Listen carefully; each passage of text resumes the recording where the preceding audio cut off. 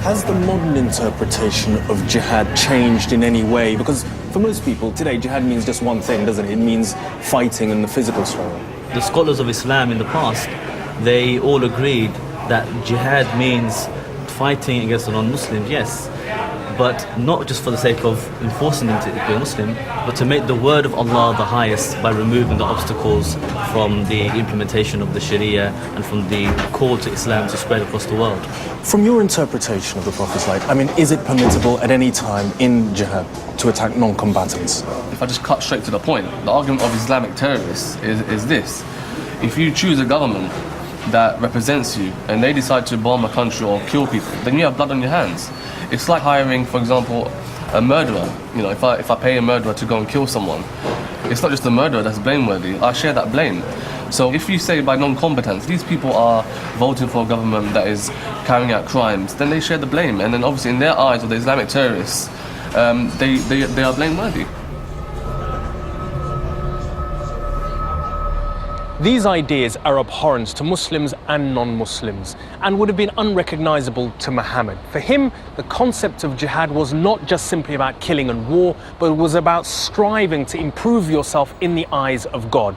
There is the concept of just war in Islam, and Muhammad himself fought many battles, but for him, there was no justification of the killing of innocent people. The verses of the Quran that talks about fighting and defending yourself doesn't legitimize killing yourself deliberately and killing others in that process. Remember, in Islam, collateral damage is not allowed. Intentionally bombing a group of people, assuming that your target will be killed as well as others, and the others will be collateral damage, is completely disallowed in Islam.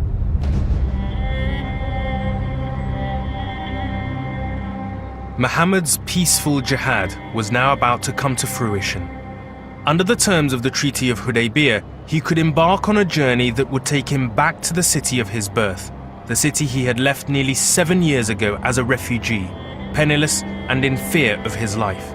He was now returning as the head of an ever-expanding religious community, the most powerful leader in Arabia.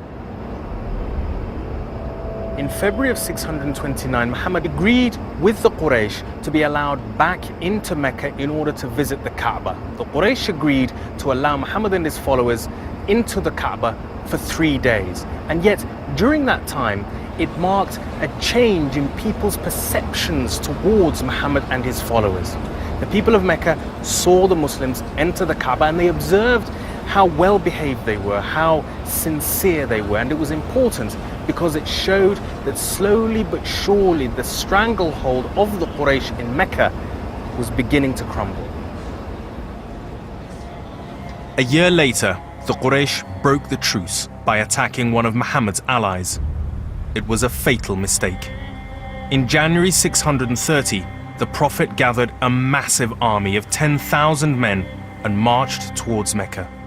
The Quraysh were powerless to resist, and they fully expected Muhammad to storm into Mecca and exact a bloody revenge for the many years of persecution and war. Their control of the city was at an end. But it was what he did next, at this his hour of ultimate victory, that left people stunned. Muhammad declared that he forgave all his former enemies. He then said that there was to be a general amnesty, and he said that no one was to be forced to convert to Islam. Instead of revenge, Muhammad consciously chose reconciliation. The conquest of Mecca is very important because there was a wide-ranging amnesty given, and people were given options of accepting the faith or going elsewhere or whatever. But certainly there was this notion that, okay, once Mecca is taken, and Mecca is considered to be the cultic center now of this new faith, certainly the first stage of the mission is complete, so there's no need for fighting. For Muhammad, this was the moment he had been waiting for. He had come back to Mecca not to kill the Quraysh, but to restore the Kaaba to its role as the sacred shrine to the one God. According to Muslim tradition, when he and thousands of his followers entered the Kaaba, they destroyed the many gods and effigies placed there. He pardons the Meccans, but he doesn't just pardon them, he pardons them with kindness. and he almost drowns her criticism with gifts. And there is that sort of wonderful instance of just the tribal sheikhs who never really opposed him, never listened to his message. All they wanted was cattle and more camels and more silver, and he gives it to them. It seems to me that that's the heart and essence of the life of the Prophet, the moment it was building to. From what I understand and know of the personality of the Prophet, it is the most characteristic moment in his entire life. He was not a vengeful man. His message was not about vengeance, but about constructing a transformative, reformative process, building society by including everybody. So it seems to me that when he came back to Mecca, that's when I say, yes, that's the point from which we begin. That's the model we need to build on. And then he goes home. There is no attempt to impose what we call today an Islamic state. So we're not talking about doctrinal conformity. We're talking about ending this tribalism, which sets people off against one another. Although Mecca was now his, Muhammad chose not to move back to the city of his birth. Instead, he returned to his adopted home, Medina. And with the Quraysh defeated, it wasn't long before the rest of Arabia joined his cause.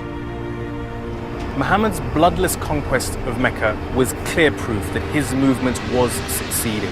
And what's more, his message of justice and using peace and reconciliation as a means of delivering that message was beginning to attract huge numbers of converts. In fact, tribes were beginning to convert wholesale. By 631, the last pagan stronghold of Taif fell. Now, Muhammad was effectively the ruler of the whole of Muslim Arabia. More than 20 years had passed since he had received his first revelation. For over a decade, he and his followers had eked out a precarious existence. Time after time, they had been on the verge of destruction, but they had managed to survive through a combination of Muhammad's spiritual, military, and political leadership. And finally, after a seemingly humiliating treaty, to triumph over their enemies.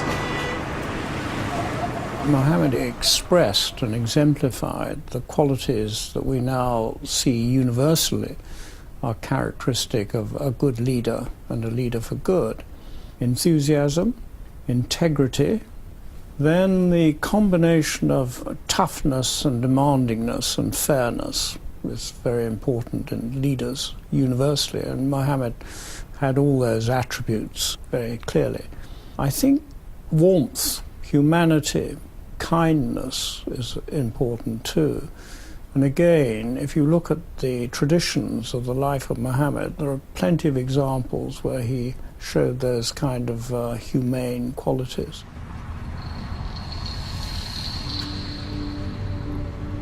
By the year 632, Muhammad had achieved almost all that he had set out to achieve. He created a level of peace and security that Arabia had rarely known. He laid out the foundations and the rules of Islam, and he created the foundations of a new Muslim community. But by this time, he was 60 years old and his health was beginning to fail. In that year, he came to Mecca for the last time, and he performed his first and only Hajj, the pilgrimage. And he gave what became known as the farewell sermon. Sitting here on a camel in the plains of Arafat, he spoke to a vast crowd with strategically placed announcers relaying his words. It was a deeply emotional speech in which, in his own words, Muhammad summarized what he felt he and his followers had achieved. O people, lend me an attentive ear, for I know not whether after this year I shall ever be amongst you again. Therefore listen carefully to what I am saying, and take these words to those who could not be present here today. You see in the final sermon this heartfelt plea from the Prophet, warning the Muslims about certain things, advising them about certain things. You can see his worries for the future of the Muslims, and that these words are something that they should take note of and they should hang on to and they should be aware, because in here is a very, very important message for every Muslim. Do not therefore do injustice to yourselves. Remember, one day you will meet Allah and answer your deeds. So beware, do not astray from the path of righteousness after I am gone. Remember what God's earliest message was to Abraham, to Adam, to Moses, to Jesus, etc. And remember that the only real reality, the ultimate reality, is the one true God. And that God is the creator, sustainer, and judge of the universe. All mankind is from Adam and Eve.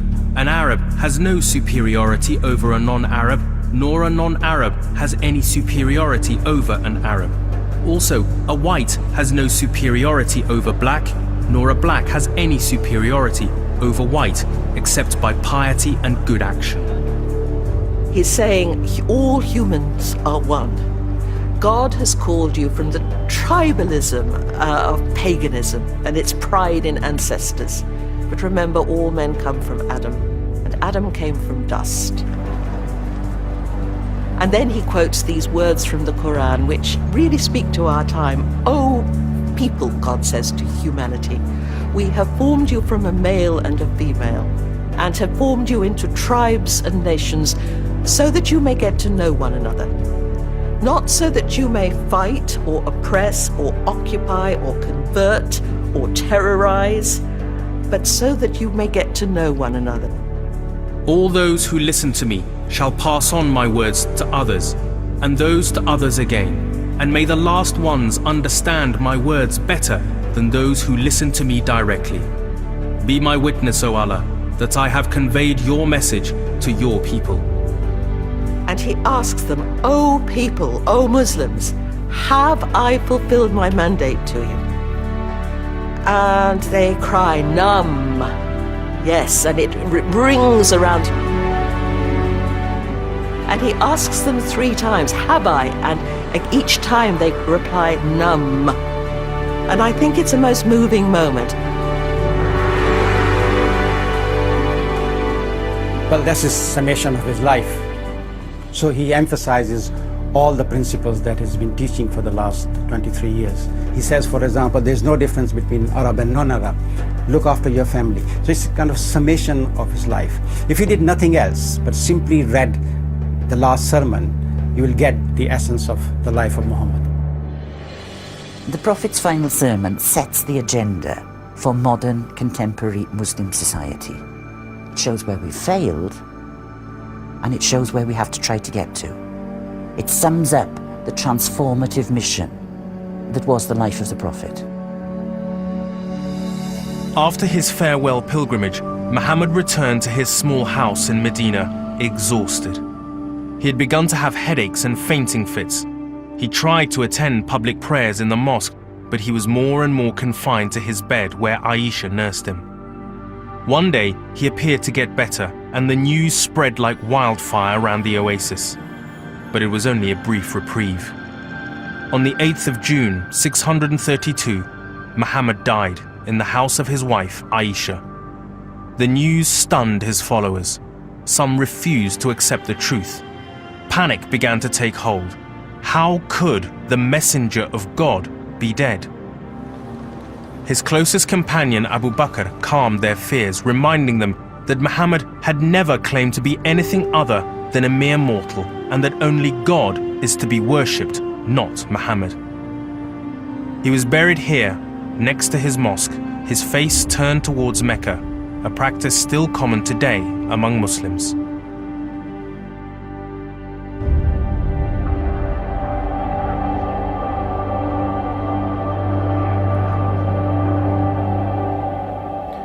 Within 100 years, Muhammad's message had spread across the world, as far as India and China in the east, and as far as North Africa and Spain and France in the west.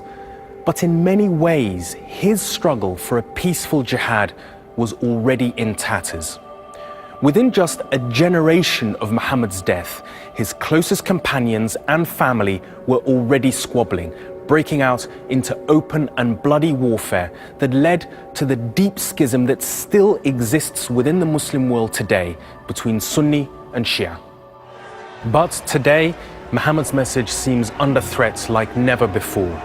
Many Muslims feel humiliated and condemned by the sheer power of Western culture and military might, whilst many in the West see Islam as the religion of some of the most oppressive states on earth, a violent, intolerant faith.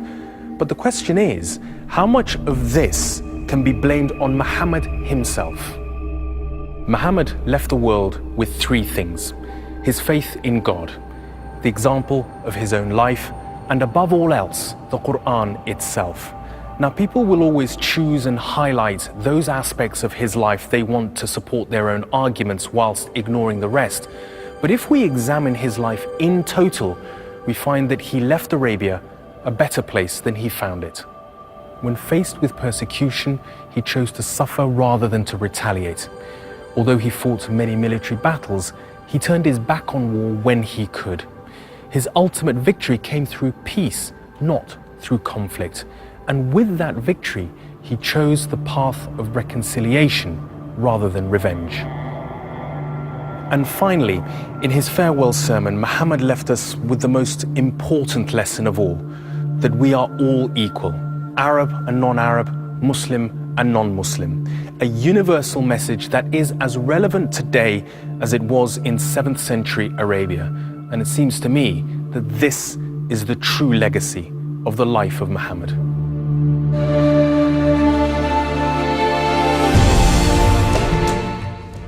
Next this evening, Jazz is back and it's her birthday in Small Teen, Bigger World here on BBC HD.